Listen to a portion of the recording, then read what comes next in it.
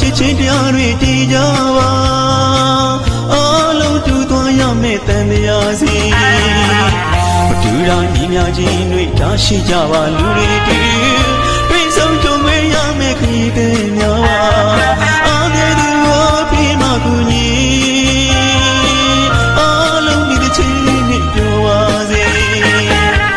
လောကမှာတွေလည်းပြုံးပြောနိုင်ပါစေအချင်းနဲ့ကိုကြသစ္စာတည်ခဲ့ရင်